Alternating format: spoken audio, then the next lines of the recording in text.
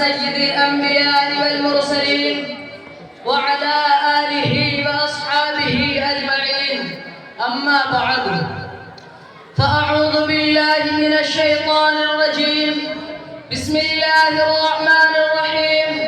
وأنتم الأعلون إن كنتم مؤمنين. وہ معزز تھے زمانے میں مسلمان ہو کر، وہ معزز تھے زمانے میں مسلمان ہو کر، اور ہم خوار ہوئے تاریخ قرآن ہو کر.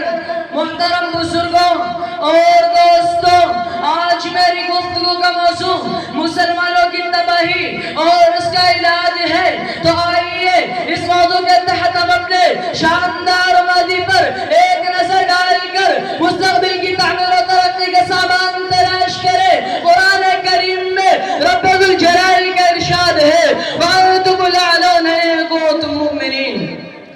تم ہی سر بلند رہو گے اگر تم مومن ہو. یہ ارشاد باری ہماری پوری تاریخ کا اختصار ہے اور اسی میں ہماری ترقی کا راز مضمر ہے. تاریخ کے سینکڑوں واقعات یہ بتانے کے لیے کافی ہے کہ جب بھی ہمارا رشتہ اللہ سے اور اس کے دین سے مضبوط رہا تو سر بلندی اور کامیابی نے ہمارے قدم چومے، اور جب کبھی اس رشتے میں کسی قسم کی کمزوری آئی تو ہم عزت و وفات کے آسمان سے ذلت و پستی کی غار میں جا گرے. تاریخ ہمارے سامنے جنگ بدر کی مثال پیش کرتی ہے. جنگ بدر میں جو کامیابی ہوئی وہ صرف اسی رشتے کی مضبوطی کی بنیاد پر ہوئی، ورنہ کامیابی ہوتی تو کفار مکہ کی ہوتی، کیونکہ کفار مکہ تقریباً 1000 تھے اور بڑے جوش و خروش کے ساتھ تھے، اور ان کے پاس 700 اونٹ، 200 گھوڑے، نیز سب کے پاس تلواریں، دیگر جنگ کے ہتھیار موجود تھے.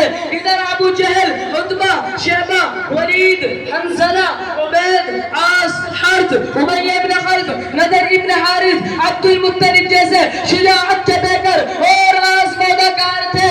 ادھر بیچارے مسلمان بے سر و سامان، کل تعداد 313، سواری کے لیے کل 2 گھوڑے اور 70 اونٹ، ایک پر 3 4 آدمی سوار ہے، اور بعض پیدل ہی سفر کر رہے ہیں. اور کسی کے پاس نیزہ اور کمان ہے تو تلوار نہیں، اور کسی کے پاس تلوار ہے تو نیزہ اور کمان نہیں. محترم بزرگوں اور دوستوں، جب مقام بدر پر پہنچتے ہیں تو دیکھتے ہیں کہ کفار مکہ بلند مقام پر خیمزن ہو چکے ہیں، کہ جہاں پانی کی بھی فراوانی ہے بیچارے مسلمانوں کو بس و ریتیلی زمین پر خیمزن ہونا پڑا. ایسی جگہ پر اگر کسی کو پیاس لگے تو ایک گھونٹ پانی پینے کو نہ ملے. الغرض جنگ کے اندر جتنے اسباب اور جتنی چیزوں کی ضرورت پڑتی ہے وہ سب کفار مکہ کو حاصل ہوتی ہے، مگر جب لڑائی شروع ہوتی ہے تو کفار مکہ گاجر مولی کی طرح کاٹے جاتے ہیں. کفار مکہ کا سب سے بڑا سردار ابو جہل 2 بچوں معاذ و معوذ کے ذریعے مارا جاتا ہے، اور عبداللہ ابن مسعود ابو جہل کا سر قلم کر دیتے ہیں. امیہ ابن خلف، ابو جہل، مسلمانوں جانتے ہو یہ عبداللہ ابن مسعود کون ہے؟ اسی امیہ ابن خلف کے غلام جب اسلام قبول کیا تو مسلمانوں جانتے ہو یہ عبداللہ ابن مسعود کون ہے؟ یہ وہی ہے جن کو مکہ کے صحن میں اسی ابو جہل نے مارتے مارتے بے ہوش کر دیا، اور آج میدان جنگ کے اندر وہی عبداللہ ابن مسعود ابو جہل کا سر قلم کرتے ہیں.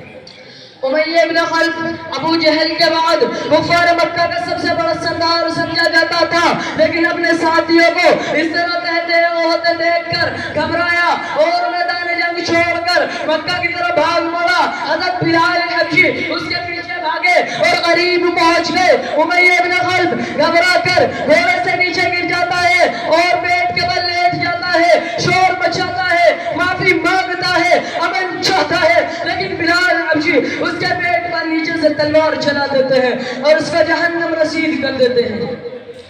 اسلام کے نوجوانوں جانتے ہو یہ بلال حبشی کون ہے؟ اسی امیہ ابن خلف کے غلام جب اسلام قبول کیا تو مکہ کے اندر دوپہر کے وقت تپتے ہوئے ریت پر لٹا کر پتھر کی بڑی بڑی چٹانیں رکھ دیتا تھا تاکہ حرکت نہ کر سکے. رات کو زنجیروں میں باندھ کر کوڑے لگاتا، اگلے دن کو گرم زمین پر لٹا کر زیادہ زخمی کیا جاتا کہ تکلیف سے بے قابو ہو کر اسلام سے پھر جائے، یوں ہی تڑپ تڑپ کر مر جائے. پیروں میں دیا جاتا ہے، طرح طرح کی اذیتیں اور تکالیف پہنچائی جاتی ہے، یہاں تک کہ تکالیف دینے والے تھک جاتے ہیں، اگتا جاتے ہیں۔ کبھی امیہ ابن خلف کا نمبر آتا ہے، کبھی ابو جہل کا نمبر آتا ہے، تو کبھی اوروں کا نمبر آتا ہے۔ کہ آج میدان جنگ کے اندر وہی غلام اپنا قوم مالک یعنی امیہ ابن خلف کو قتل کرنے کے لیے دوڑ رہے ہیں، اور امیہ ابن خلف میدان جنگ چھوڑ کر بھاگ رہا ہے۔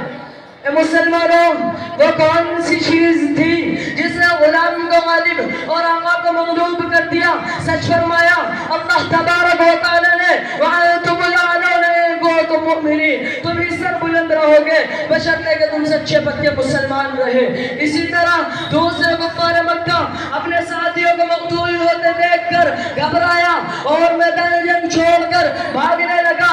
70 مقتول ہوئے اور 70 گرفتار ہوئے، اور مسلمانوں کو ایسی فتح حاصل ہوئی کہ جس کو تاریخ فراموش نہیں کر سکتی۔ لیکن افسوس افسوس، جہاں دیکھیے جس طرف دیکھیے وہی مسلمان خوفناک طوفان میں گرے ہوئے نظر آتے ہیں۔ کہیں مسلمانوں کی آبرو کو پامال کیا جا رہا ہے، کہیں مسلمان غلامانہ زندگی بسر رہے ہیں۔ میں اسی شعر کے ساتھ اپنی تقریر ختم کرنی چاہتا ہوں۔ سوئی ہوئی قومیں جاگ اٹھی بیدار مسلمان سوتا ہے، سوئی ہوئی قومیں جاگ اٹھی بیدار مسلمان سوتا ہے، گہوارہ قلب اب مومن میں جذبہ ایمان سوتا ہے۔ آمین وآخر الدعوان الحمدللہ رب العالمین۔